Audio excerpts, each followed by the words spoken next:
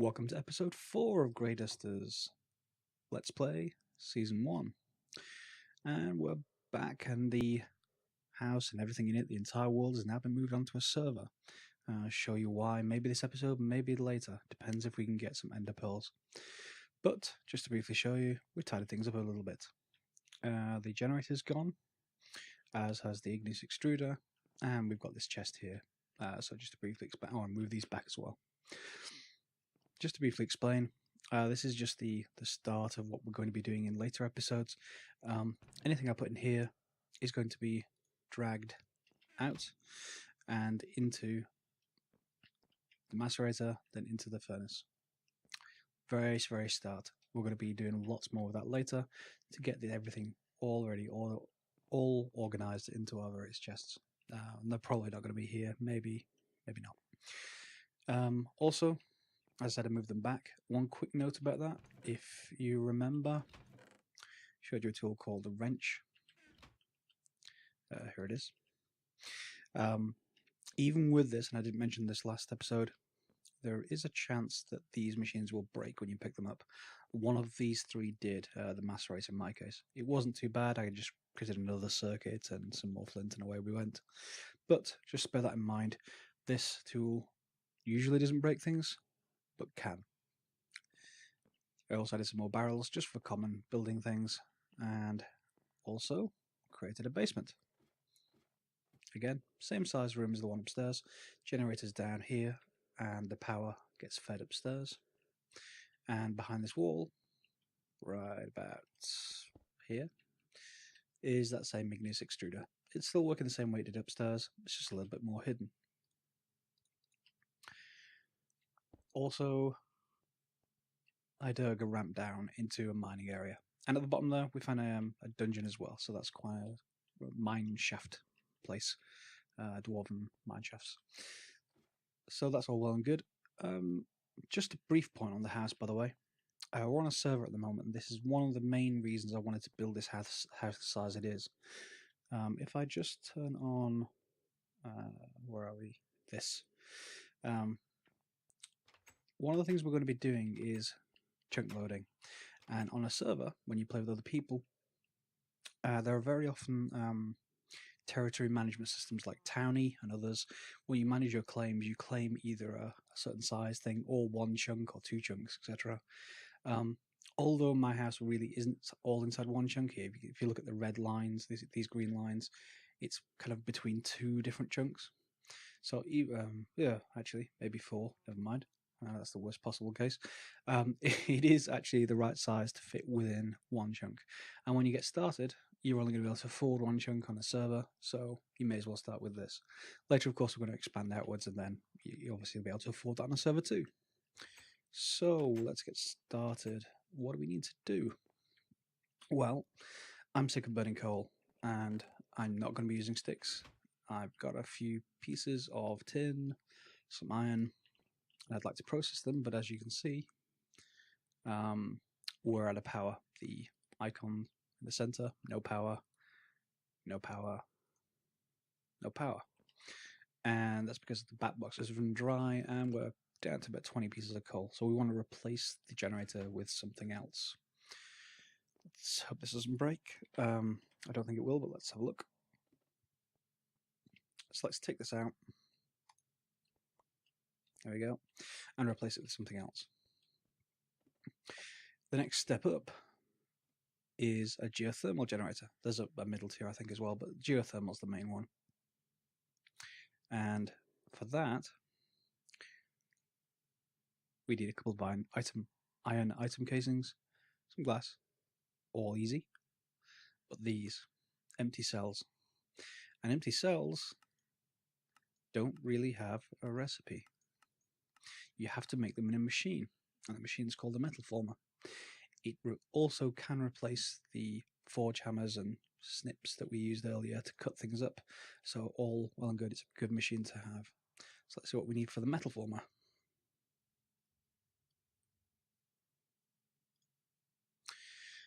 And there's a whole bunch of new stuff here. Coils and toolboxes. And these we've seen before.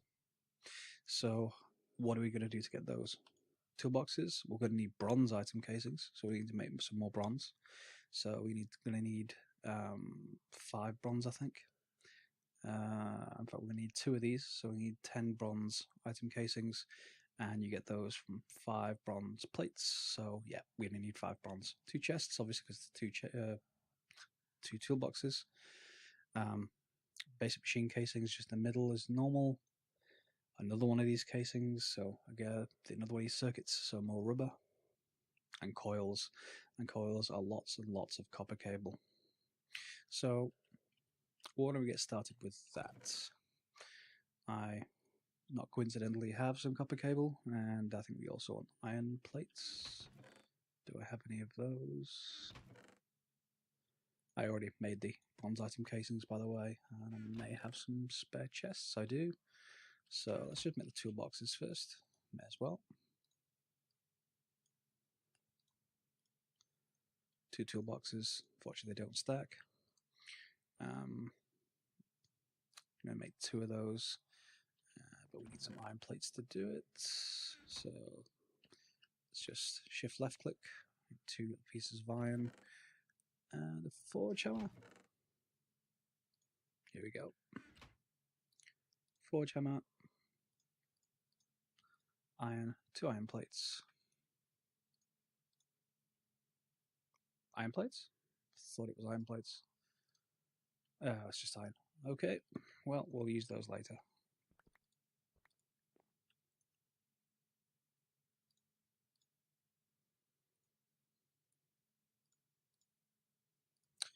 And we're going to need another one, so we need some more copper cable.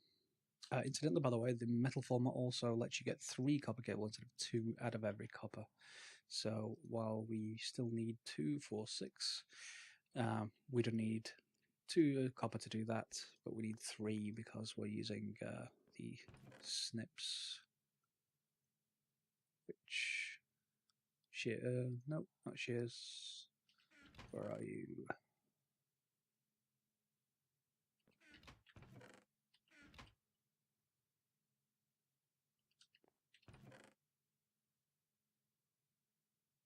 Ah, there we go. The cutters.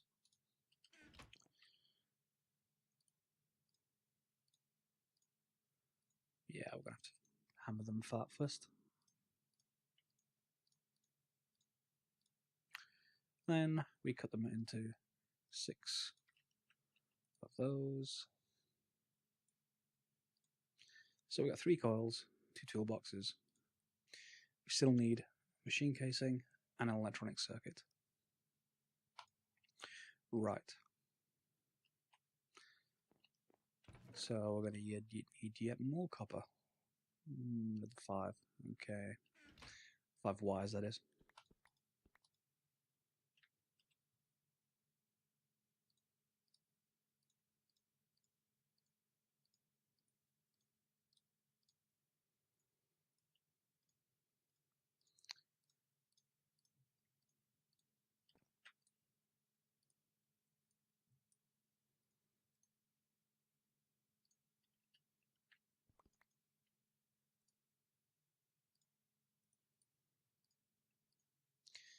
And told you we'd be using the iron.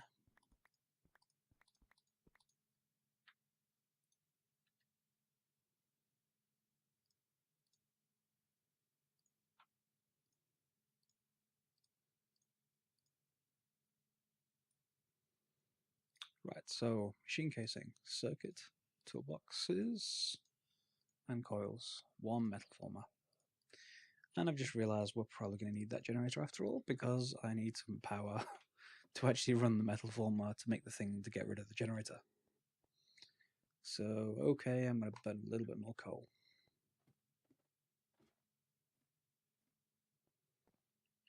Just to make sure, I'm just going to take the stuff out of the machines though.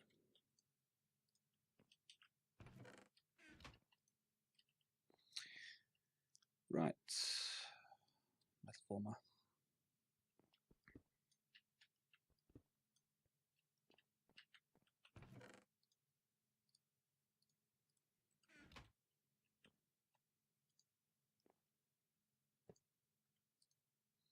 There we go. Metal Former has 3 modes. Extruding, which is what we're going to need to be using in this. Generally it makes wire, but with tin plates it makes the things we need. Rolling, which does the same thing as the forge hammer, and again cutting, same thing as the cutters. Except of course they just use power, they don't break slowly over time, but they're not instant, you have to wait for them to come through. So we're going to need 2 tin plates to feed to this thing, which I have. And when there's power, this will start running through and create our cells, hopefully. In fact, I may only need 1 tin plate. I'll make 2 because we want 6, because we're going to make more than 1 of these generators. Initially, we just start with 1, but then we'll move up to more later. And I forgot to pick up the coal. In fact, let's just burn some sticks. Why not?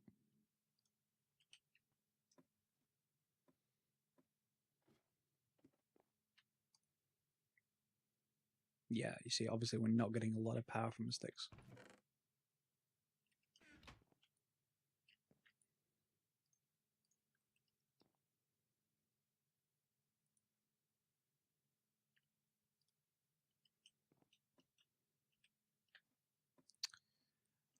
That is how fast it burns through sticks. So yeah, probably best not to try that too often.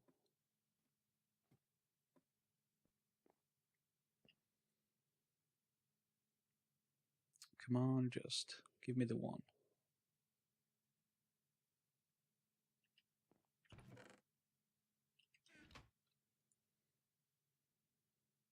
There we go. 1.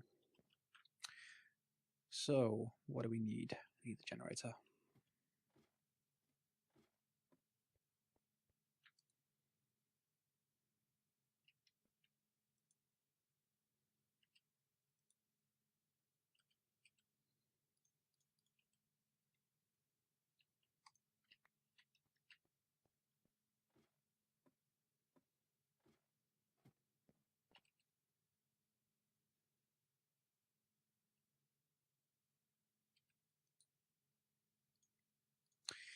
So, generator, couple of empty cells, and now we need some glass and item casing. So, that means we need 1 iron plate, which I'll just make with the forge hammer. And we flatten it again to get the item casings all done. And we need 4 glass, and I've got 3. Of course I've got 3. Why would I have 4? That's just going to be my luck.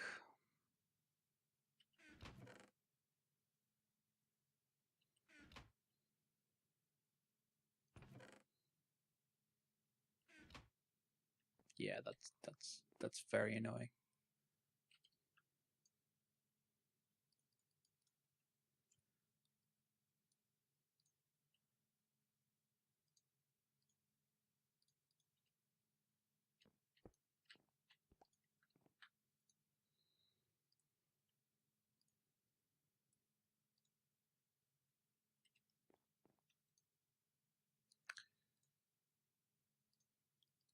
Item casing either side, glass, and our empty cells, and hopefully another piece of glass gets us the geothermal generator. Now, if you compare, it's pretty much double the power output possible. And unlike the normal generator, this doesn't use coal or sticks. It uses lava.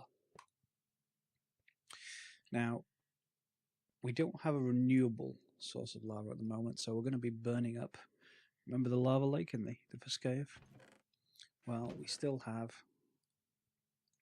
the portable tanks, and I have some more Invar as well. So, if one of these gets used up, I'm then going to just upgrade it to the next size up, and we go from there. So, if I just drop this down here, hopefully it should input.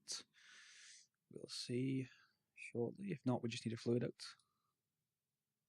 Yeah, it's not going to input. Just need a fluid duct.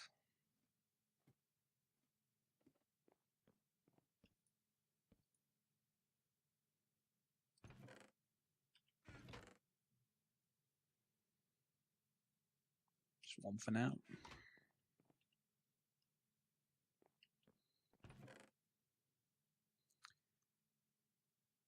we may need a servo, which needs more glass. Let's give it a try.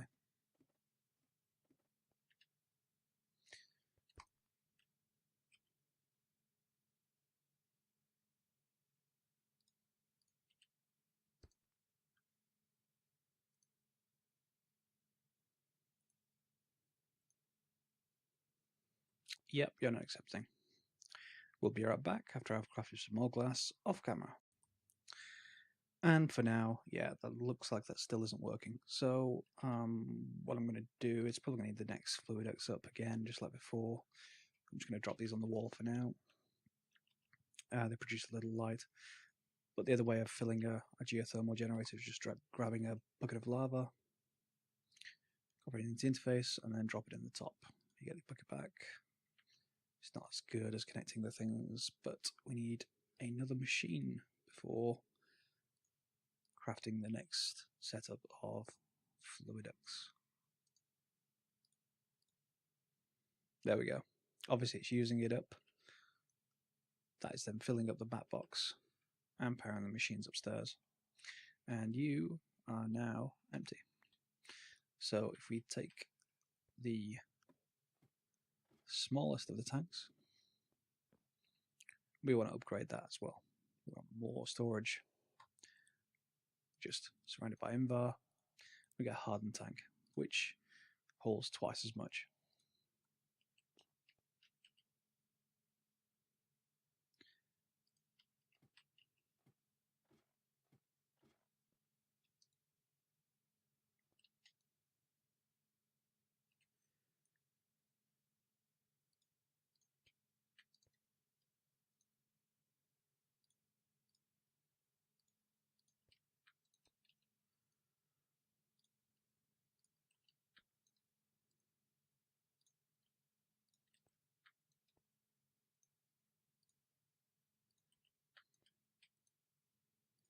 Should be done in a second. Oops.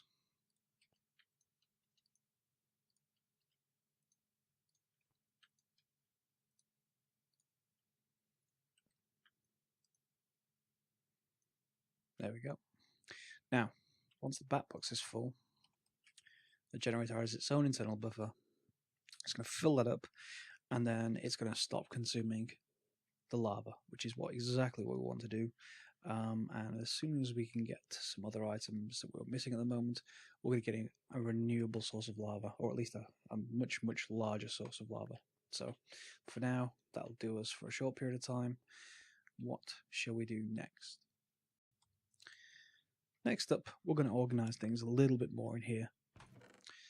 First of all, there are lots of these different tools hanging around, the crescent hammer, wrench, lots of others that will come in handy over time.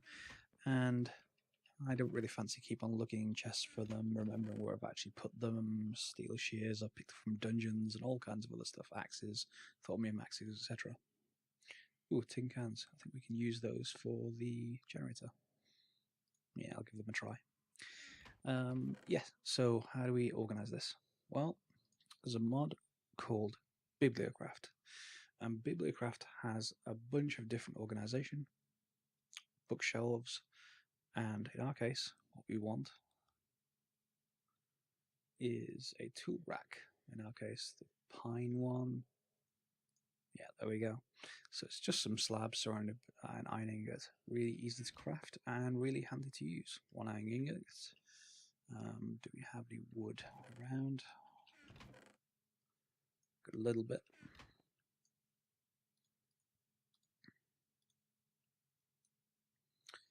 We're going to need more than that. So let's get 12. Done. Rack. And I put these all over the base usually, but I just put it here for now. And you can just drop up to 4 different tools into the rack so that they're available all the time. And I can't remember which tools are compatible. Not all of them are, but let's see what we can actually put in here. Certainly the electric tools are that we're going to be making later. Yeah, there we go, the wrench, and the forge hammer, and the snips, whatever they're actually called, the cutters. Yeah, so very, very handy to have. So we may as well. Do we have enough wood? Yeah, I think we do just about have enough wood. We're also going to do this to make a bookshelf, and you may be wondering why we need a bookshelf. Good question. Yeah. When you spawn into the world, and you may have seen it in the first episode, you start with this book. Materials New. There's 3 of them, and you'll get them automatically when you get to various different stages. Now, this is the first part of a mod called Tinker's Construct. It gets much more involved later, but initially there's lots of different tables to make. Patterns, stencils. Don't worry too much about them for the moment. What we're just going to start actually making, we'll probably come back to this next episode, is the where are we? The grout. Here we go. So this is where you need sand, gravel, and clay. Combine them. You end up with grout, and you cook that up in any kind of furnace, and you get this seared bricks. Seared bricks make seared blocks, and then you also need other things like controllers, and we'll come back to that one. But we really just want to start making grout. So we're actually going to need a lot of sand. I've collected a fair amount of the other materials. If I can find them, this is why we need to sort these soon. Oh, there we go. Lots of clay, and obviously we've got quite a bit of gravel, but we need sand. Now at the moment, I can put cobblestone in the macerator, it'll turn it into sand, and it gets pulled into the electric furnace and made into glass. Now, normally wouldn't do it this way, but just to demonstrate the filters back here, I mentioned them before, you can set whitelist and blacklist for what is allowed in or what's not allowed in, depending, and lots of other different things for more advanced uses that we'll come back to. The main thing is that we're just going to leave it on blacklist and blacklist sand. Now sand can't actually be ejected. In fact, hang on, maybe I'll just put that in this one, blacklist sand. It will pull any sand out now. So if I produce this, if I pull this out, now it should just stay in here once it produces.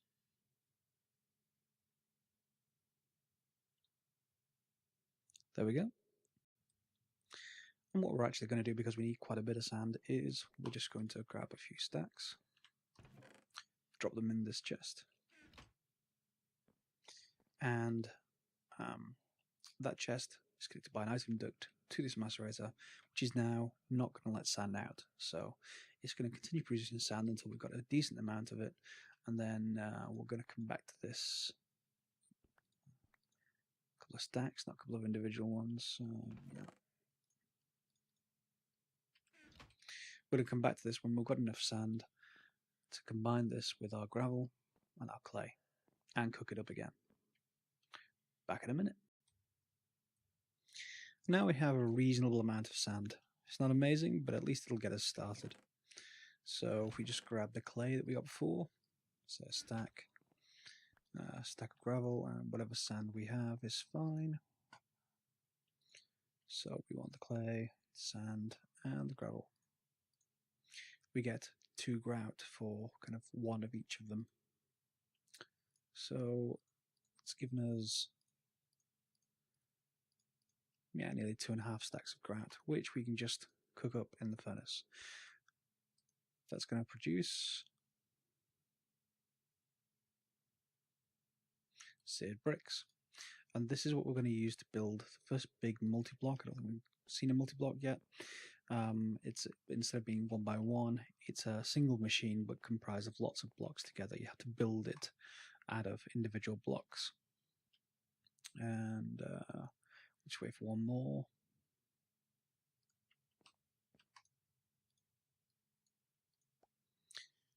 And as you can see, as we actually crafted our first seared brick, we got a new book. So we can put this on the bookshelf. Put it on the bookshelf just by right-clicking, and we can shift right-click to get it back off the bookshelf. This has a lot of more information about the alloys and the different possible blocks.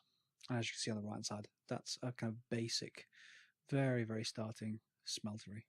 We're going to be building that probably in the next episode, but I think we can probably give it a start in this one. We're just going to wait until we get more of these seared bricks, because we're going to need 9 for the base and then 12 for the outside, -2 because there's 2 special blocks. So that's 19 of these seared bricks we're going to need just to start. Actually, 18. We're going to need a drain. 18 just to start, and then we've got a couple more specialist things we put on the outside. So be right back once this is cooked up. And just a brief note, by the way, on the geothermals, you can put the hardened tanks directly into the inventory. Much, much easier. That was me derping. Okay, be right back. Okay, we've got 18 of these. That's enough to lay out the basic area. We're going to come back and create a couple more advanced blocks in a minute. But I'm going to build it outside. Normally I would build them inside, but I haven't extended it really far enough to really deal with a block this size, a multi-block this size. So what I'm going to do is going to put down a 3x3. Just going to use this pool area that was outside. 1, 2, 3.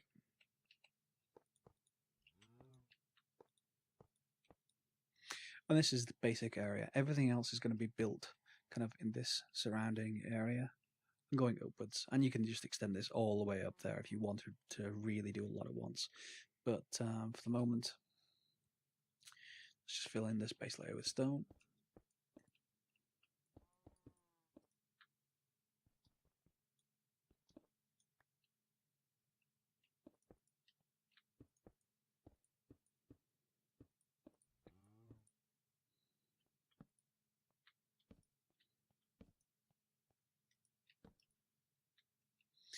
And then around the outside, we're going to leave a space, probably on this side, like that.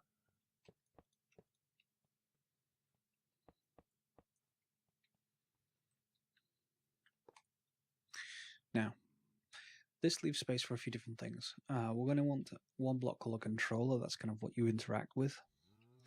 A tank, and that's going to store some lava, and again, we're going to use our hardened tanks. And a drain, a way to pull it out.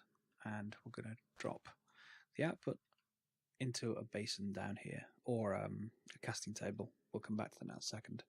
We're going to go and craft up more of those bricks, and then I'm going to show you how to make each of those special units. And here's what I was talking about. In order to create at least, in order to get to smeltery, you need at least these. The faucets and the casting table are kind of there on the outside, but the main area is going to be this smeltery controller, tank, and then different combinations of tanks or otherwise. But if we move along, controller is just 8 bricks in a circle. A drain is just 6, so that's obviously 14, and a tank is just 8 with a glass in the center. So that's 22 by my reckoning, plus 1 glass. I think that would be it. So 22 bricks we need. Do we have that many? What, 19? Yeah, we've got enough. So we want a controller.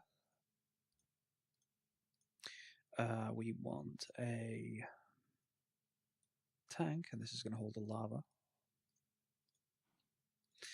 And we want at least 1 drain. We're going to have more of those later. I'll show you what they're for. And then we have enough for a casting table. We're going to need a couple more for the faucet. Let's see if the faucet recipe's in here. Or a tap if you're English like me. 3.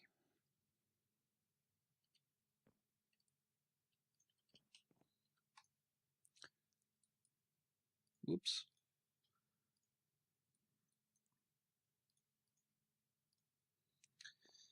There we go. I think we've got the basics. Let's just sleep this out. Don't want to be ambushed by a creeper while building this.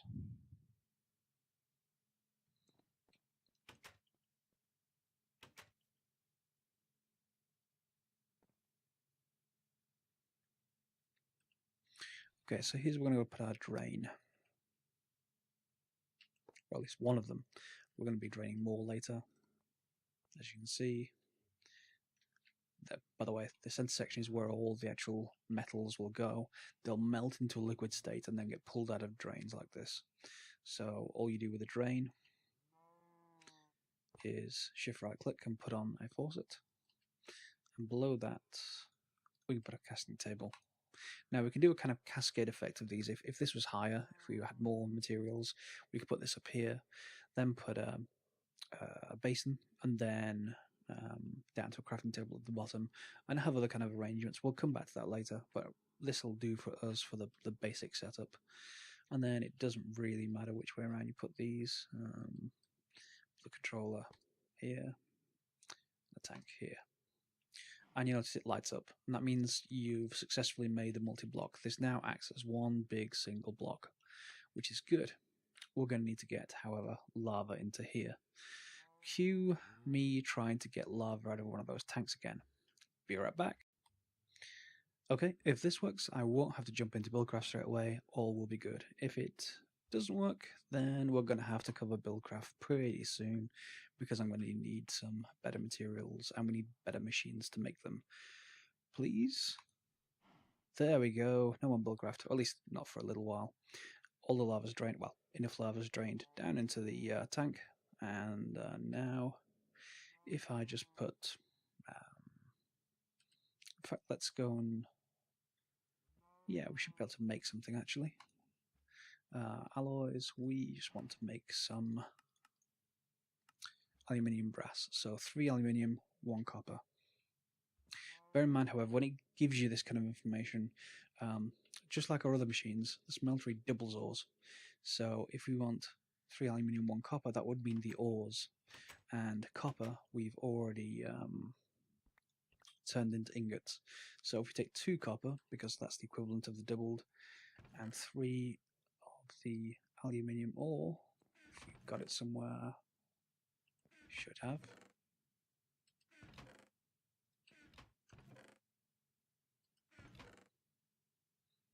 There it is, 1, 2, 3.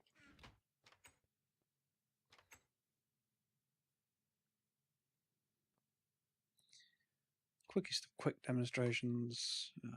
There's the aluminium and there's the copper. These bars will increase when they get to the top. It's going to melt them and they're going to appear in here. And as you can see, these are the solid states. When they go to liquid, it's going to drain down into a puddle on the floor. And then we're going to be able to right click on this and it will drop into the casting table. Be right back when it's melted. And we're back. Those 2 different colour metals, obviously they've now merged. They're now an alloy called aluminium brass. And we can make a cast out of them. This is what the casting table is for. It makes shapes around objects you put in there. For now, because we're running out of time in this episode, I'm just going to make an alloy, an ingot cast. You drop an ingot in, and then you can create a cast around it. And there it is. So take the cast out, take the ingot out, and you can now make casts.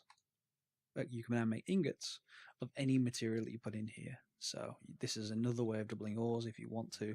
Again, it uses lava. And we can then store, there we go, aluminium brass ingot. Next episode, we're going to do a lot more with this, make some tools, and we may jump onto Buildcraft and start making those improved fluid ducts, which will make things just a whole lot easier, and you'll be able to see the fluid moving through them. Similar probably with the item duct. We may do something with farms, maybe too early to do that, but let's get started with some better tools first, because I'm sick of tools breaking. That's all for now. Feel free to follow me if you see me on Twitter. Subscribe to the channel, or of course leave any comments you have of anything you'd like to see on upcoming episodes. For now, this is Greatest signing off, episode 4.